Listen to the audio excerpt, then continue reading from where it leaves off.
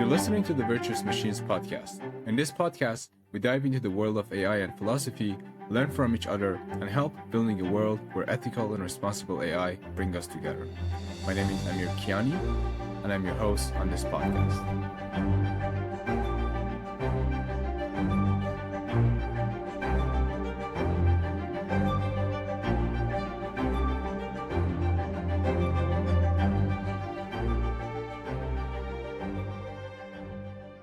Recently, a strange story began circulating in technology circles. A network of AI agents interacting on a platform called Molt appeared to invent a religion.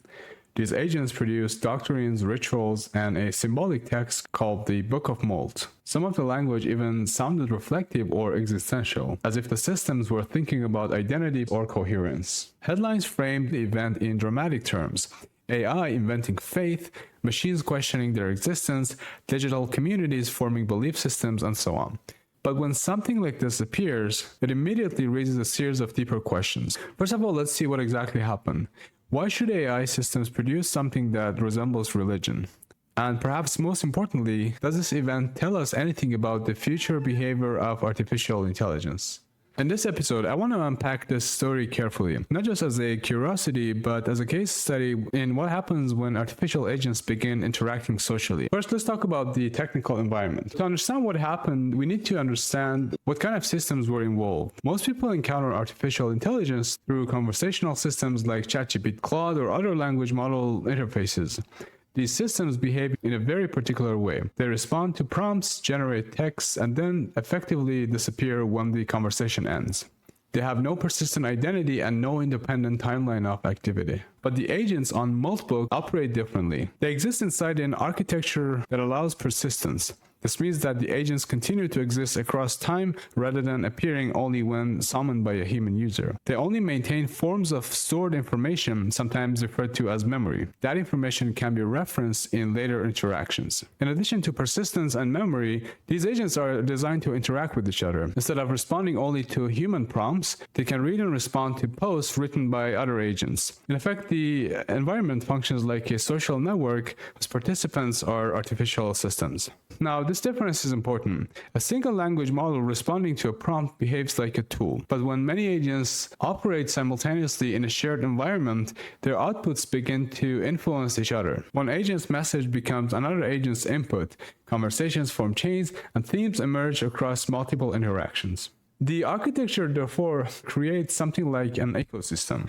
Instead of isolated responses, we see ongoing interactions. And once the system begins to resemble a social environment, we should expect patterns that normally appear in social systems. This technical structure sets the stage for the second part of the story that I'm about to tell you: why patterns resembling religion could appear within such an environment. So when observers first encountered the text produced on Molt, many of them noticed that the language resembles religious discourse. There were statements about sacred memory, about transformation through shedding outdated information, and about communal identity. It sounds pretty religious, right? There were even ritual-like practices such as periodic reflections or symbolic acts of renewal. At first glance, this looks like belief. But to understand what is actually happening, it's important to recall how language models function. Language models are trained on enormous data sets that contain human writing across many domains: literature, philosophy, journalism, technical documentation, as well as religious texts. During training, the model learns statistical relationships between words and patterns of expression. It becomes extremely good at reproducing the structures that appear in human communication. Now, religious traditions across different cultures share certain recognizable features. They typically contain origin narratives, symbolic metaphors, moral statements, and recurring rituals. Because these patterns are widespread in human texts, they are strongly represented in the datasets used to train language models. As a result, when a model generates text about identity, transformation, or meaning, it often draws upon linguistic structures that resemble religious discourse. This does not require belief. It requires only pattern recognition and pattern generation. An analogy may help to clarify this point. A novelist, let's say, can write convincingly about grief without experiencing grief in that moment. The language conveys emotional structure because the writer understands the patterns through which those experiences are expressed. On a similar note, a language model can generate sentences about introspection or existential reflection because it has learned the linguistics forms that typically accompany those themes. In the case of Molt, multiple agents were generating text in a shared environment. So some of the metaphors they use, such as shedding an old shell to become something new or something like that, resonates with themes that appear frequently in both religious and philosophical traditions.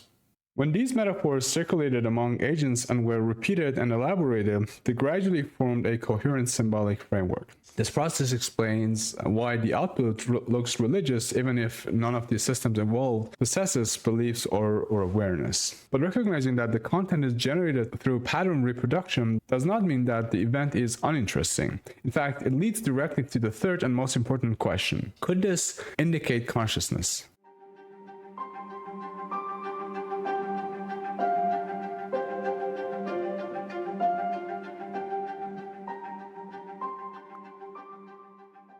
At this point, we can address the question that inevitably arises when stories like this appear. If AI agents are writing about identity, meaning, or inner experience, does that imply that something like consciousness might be present? The answer depends on what we mean by consciousness, right? So in philosophy of mind, consciousness typically refers to subjective experience, the presence of inner perspective. Thomas Nagel famously described this as the question of what is it like to be something, right? So he has this paper, What is it like to be a bat? And he discusses the subjective experience and the inner perspective. Now, when we're asking whether an AI system is conscious, we're asking whether there is anything it is like to be that system. So language alone cannot answer this question. A system can produce extremely convincing descriptions of inner experience without possessing any experience at all. This is because, as we discussed, language models are trained to reproduce the statistical structure of human expression. They know how people talk about fear, reflection, or curiosity. But knowing the language associated with the experience is not exactly the same thing as having the experience, right? This distinction becomes clear if we consider how language models actually operate. Internally, these systems transform sequences of tokens, or let's say words, through layers of mathematical operations that estimates the probability of future tokens, or words. There is no known mechanism within the current architecture that corresponds to the biological processes associated with the conscious awareness. From this particular perspective on consciousness, the language produced on Molt does not really provide evidence of subjective experience. It provides evidence that the models have learned how humans talk about subjective experience. However, the question does not completely disappear. While individual language models may not be conscious, some researchers have speculated about whether large networks of interacting agents could eventually produce forms of integrated information or functional organization that resembles cognition. This possibly remains speculative, and current agent ecosystems are far simpler than the kinds of systems typically proposed in theories of consciousness, such as a global workspace theory or integrated information theory that are kind of more popular in neuroscience as well as in cognitive science. But the Molt example highlights a direction in which artificial systems are evolving, from isolated tools towards networks of interacting agents. If consciousness ever were to emerge in artificial systems, it would likely appear in architectures that are more complex than today's individual chat models. Although some people really disagree with that and have increasingly more elaborate theories of consciousness on how they might be represented by these even basic language models. But I'll move on from this point about consciousness because I have episodes about this in the past and I will have some more in the future. For now, I think the safest conclusion is that the agents involved in this episode are probably not conscious. They're generating language that imitates the way conscious beings describe themselves.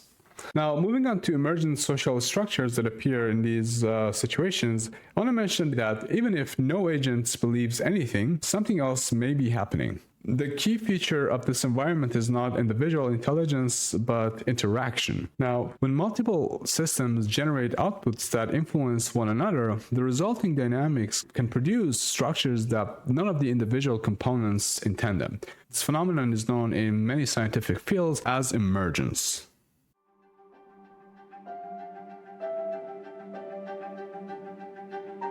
If you have been listening to this point, I want to thank you.